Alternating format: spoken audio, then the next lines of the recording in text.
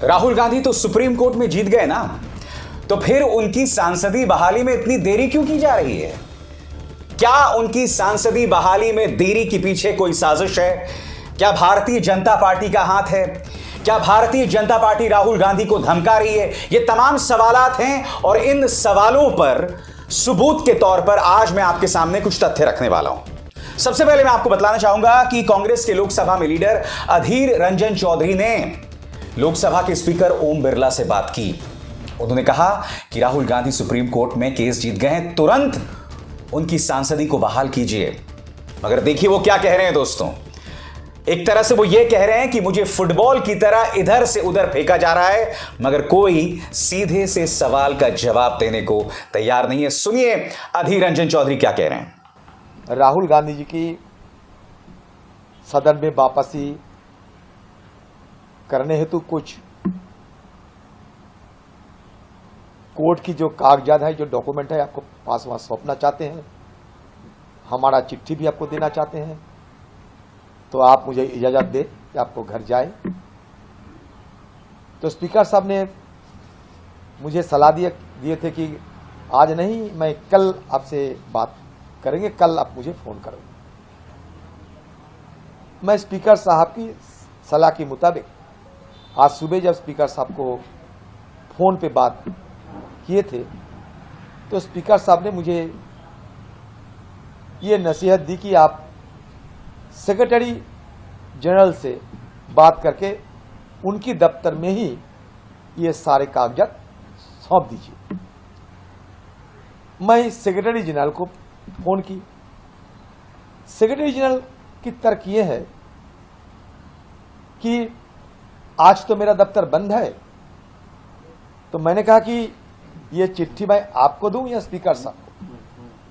तो secretary general कहते हैं कि स्पीकर साहब को ही दे दीजिए और स्पीकर साहब की दफ्तर होते हुए मेरे पास आ जाएंगे। तो मैंने कहा कि आप एक काम कीजिए, कम से कम रिसीव तो करा लो।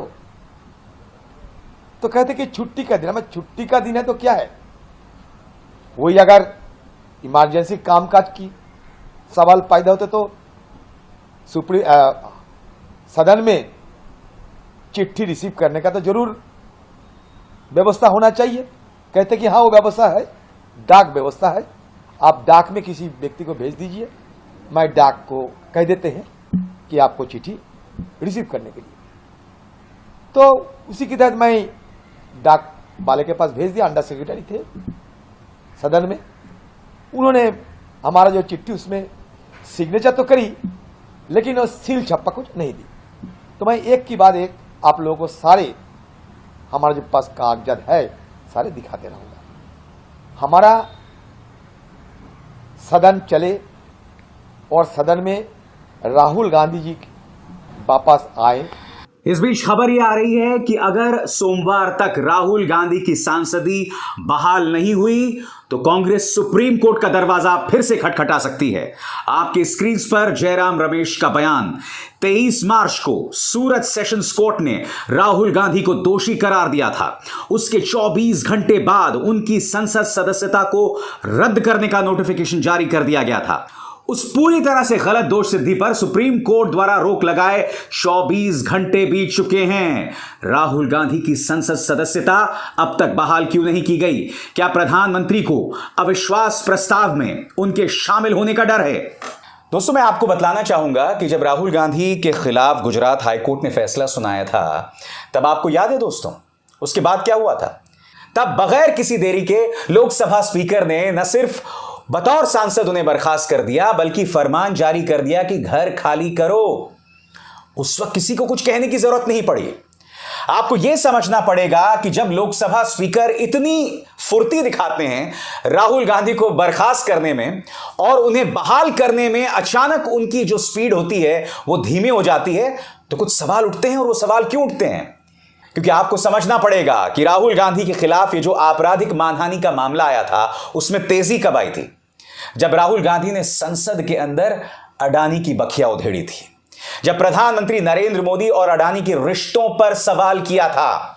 उस वक्त याद कीजिएगा दोस्तों, लोकसभा स्पीकर ओम बिरला ने राहुल गांधी के भाषण को एक नहीं, दो नहीं, करीब 17 जगहों से नोचा था। जबकि राहुल गांधी ने जो जो बातें अपने अडानी संबोधन में कही थी, वो सारी चीजें मीडिया में आई रिपोर्ट्स पर आधारित थी। बावजूद इसके लोकसभा स्पीकर ने उसे 17 जगह से हटा दिया था और अब उनकी बहाली को लेकर देरी की जा रही है। अधीर रंजन चौधरी सवाल पूछ रहे हैं कि उस वक्त जब उन्हें आपने हटाया था तब आपने तेजी दिखाई थी, अब देरी क्यों की जा रही है? सुनिए अधीर रंजन चौधरी क्या कह रहे हैं। मतलब सर्वोच्च न्यायालय ये कह रहे हैं कि राहुल गांधी जी को जो कन्विक्शन उनके ऊपर लगे हुए थे वो स्टे कर दिया गया। इसका मतलब क्या होते हैं? दोबारा उनको वापस सदन की कामकाज में भाग लेने की अवसर मिल जाते हैं। और इसके पहले जो जिम्मेवारी बनते हैं स्पीकर साहब की सेक्रेटेरिएट को, उसको इस मुद्दे को संज्ञान में लेते हुए जिस त्वरित गति से, जिस रफ्तार से राहुल जी का सदन से सदस्य पद खारिज करने के लिए तत्परता दिखाई, वही तत्परता राहुल जी के वापस के लिए जरूरी है। और दूसरी तरफ मैं आपको बतलाना चाहूंगा कि भारतीय जनता पार्टी के झूठ तंत्र आईटी सेल का मुखिया, जो अक्सर वाहियात बयान देते हुए पाया जाता है, कई बार झूठ बोलते हुए पकड़ा गया है, राहुल गांधी को धमका रहा है। और कुछ दिनों पहले आपको याद होगा कि जो पत्रकार सत्ता से सवाल करते हैं उन्हें भी धमका रहा था, उनके भी परमानेंट इलाज की बात कर रहा था। क्या कह रहा है अमित मालवीय आपकी स्क्रीन पर? बकरे की अम्मा कब तक खैर मनाएगी? राहुल गांधी ये मामला जीत गए होंगे, मगर कई ऐसे मामले रहे हैं जब सुप्रीम कोर्ट ने उन्हें लताड़ लगाई है।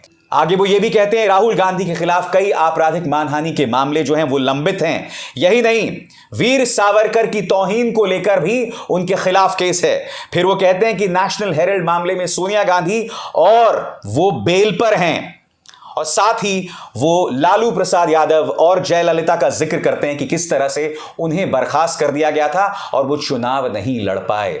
मैं फिर आपसे सवाल पूछना चाहता हूं, एक तरफ राहुल गांधी की सांसदीय बहाली में देरी, ऊपर से ये आदमी जो राहुल गांधी पर झूठ बोलते हुए कई बार पकड़ा गया है, अब धमका रहा है। जब ये तमाम चीजें मिला दी जाती हैं तो कहीं ना कहीं भारत की जो संसदीय प्रणाली है ना, उसकी निष्पक्षता पर सवाल उठना जरूरी है। यह सवाल उठाया जाने लगता है कि क्या इस मामले में निष्पक्षता की जा रही है? मैं आपको याद दिलाना चाहूंगा दोस्तों, कल भारतीय जनता पार्टी के सांसद माननीय रिंकिया के पापा यानी मनोज तिवारी ने पत्रकारों के सामने एक झूठ बोला था। उन्होंने एक बयान में कहा था, एएनआई को दिए गए एक इंटरव्यू में कहा था कि राहुल गांधी जो हैं उन्होंने सुप्रीम कोर्ट के सामने माफी मांगी, जबकि पूरा खेला क्या था? पूरा खेला ही तो यही था कि राहुल गांधी को यह जीत मिली बगैर माफी मांगे। फिर भी मनोज तिवारी जो हैं झूठ बोल रहे हैं। यानी कि साफ तौर पर रणनीति के 3 पहलू सामने उभर कर आते हैं। पहला, उनकी सांसदी की बहाली में देरी की जाए ताकि 8 अगस्त को जो अविश्वास प्रस्ताव आने वाला है उसमें किसी तरह से राहुल गांधी शिरकत ना कर पाए, भाग ना लेना पाए। दूसरा, धमकाया जाए कि बकरे की मां कब तक खैर मनाएगी वगैरह वगैरह। और तीसरा, इस पूरे मामले के बारे में अपने व्हाट्सएप यूनिवर्सिटी के जरिए झूठ बोला जाए। बीजेपी को कहीं ना कहीं गिरेबान में झांक कर देखना पड़ेगा कि तुम अपनी बात रखने के लिए कब तक झूठ बोलोगे।